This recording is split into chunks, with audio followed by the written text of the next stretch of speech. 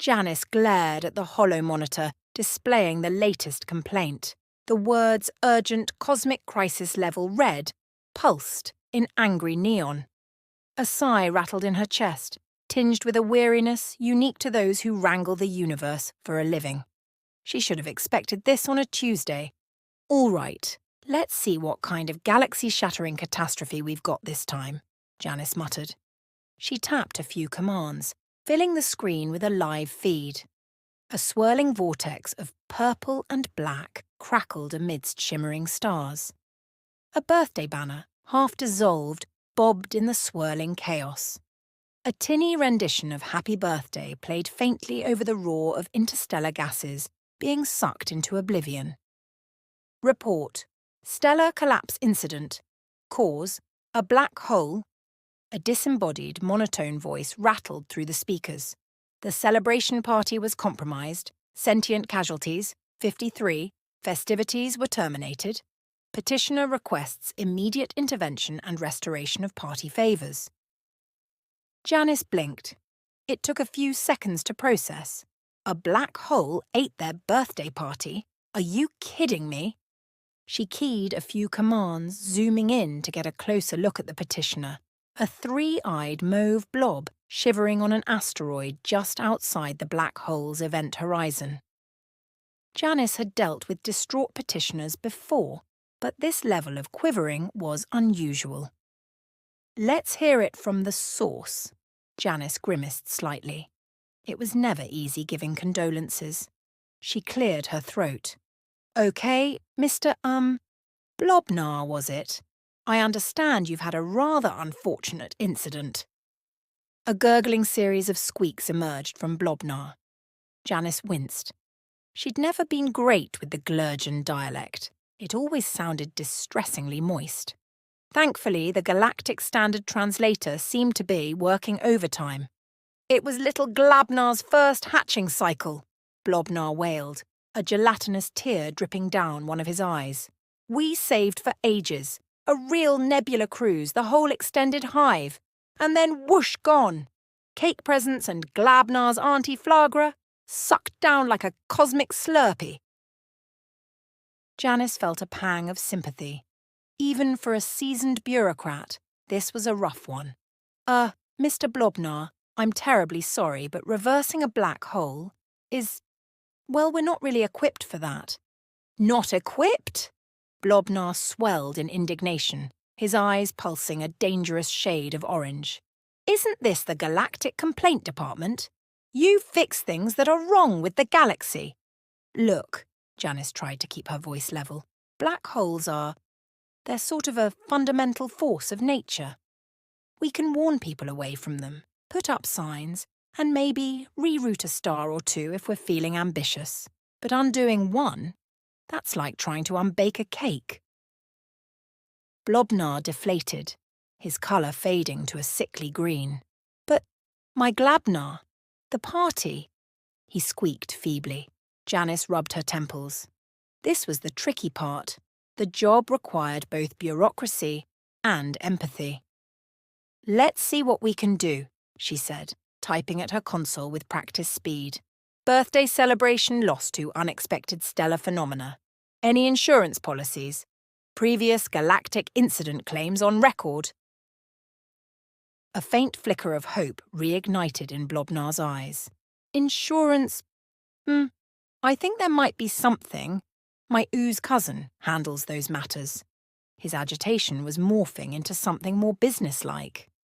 Janice couldn't help but admire the Glurgian resilience. After a few moments of frantic gurgling and what Janice suspected were intra-hive consultations, Blobnar bobbed with a relieved chirp. We're covered. Universal Sentient Celebration Protection. Platinum package.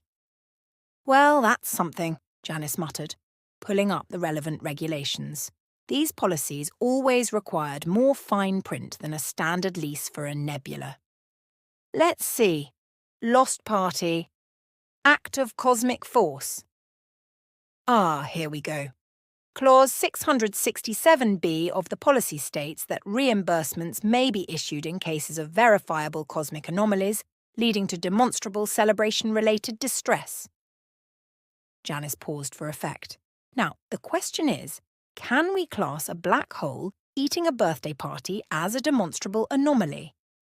Blobnar perked up. Of course! You saw the footage. It was right on top of us. Janice stifled a chuckle. Well, technically it depends. Stellar collapses aren't exactly uncommon. Did you check your galactic charts? Hazard updates? Were there any warnings issued? Blobnar's quivering hesitated. Well, maybe there were a few emails. But honestly, who reads those? It's all unstable neutron stars and rogue planets. I just assumed it was the usual spam.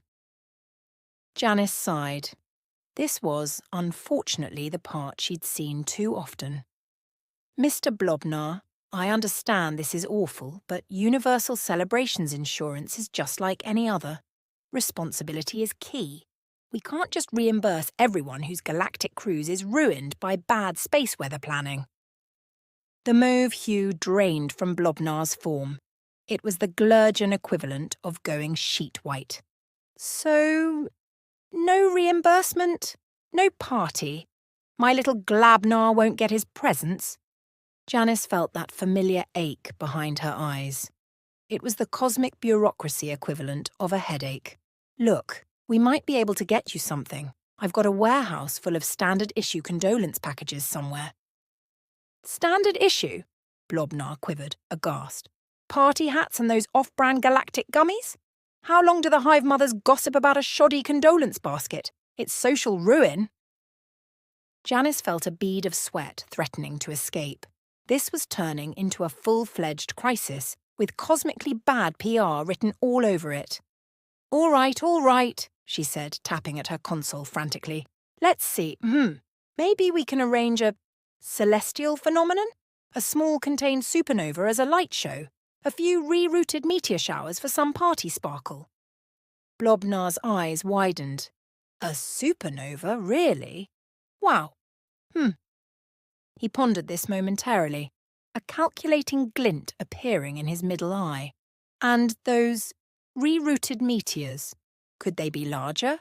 Maybe with some precious minerals? Janice's eye twitched. Larger? Look, we're talking party favours here, not a dowry. A slimy grin bloomed on Blobnar's face. Well, he gurgled, a few gem-encrusted meteors would certainly sweeten the deal. Think of it as compensation for emotional damages. Plus, little Glabnar could have his own moon to play on. Now, about that supernova. Janice stared in dawning horror. Was Blobnar? Were the Glurgeons known for their opportunistic tendencies? Listen, she said, voice steely. Let's not get carried away. We can absolutely discuss a compensation package, but within reason. And no blowing up stars, that's non-negotiable. Blobnar's grin faltered slightly, but his middle eye remained fixed in shrewd calculation. He bobbed in thought. Well then, perhaps we can compromise. I see you have a rather drab brown dwarf drifting about near Sector 73B. A bit of, well, we'll call it cosmic refurbishment. Some additional gases to kickstart ignition. A proper star, in place of that sad lump. Janice squinted at the screen, mentally scanning the area Blobnar mentioned. Sure enough, there was a pathetic little star wannabe. A cosmic embarrassment that was better off recycled anyway. The potential bureaucracy of jump-starting a star made her head throb, but it might just appease Blobnar enough to stop him from demanding an artificially engineered quasar. Let's focus on those meteors first, Janice said, cautiously choosing her words. Size is limited, but perhaps we can arrange for a higher concentration of, shall we say, semi-precious materials? Think opals, maybe some galactic quartz with a decent shimmer. Quartz shimmers nicely, Blobnar pondered, all three eyes now glittering at the thought. But how about some denser matter as well? A touch of thorium never hurt anyone. Thorium? Janice choked back a laugh. We're talking about a children's party here. not interstellar warfare. Hours slid by.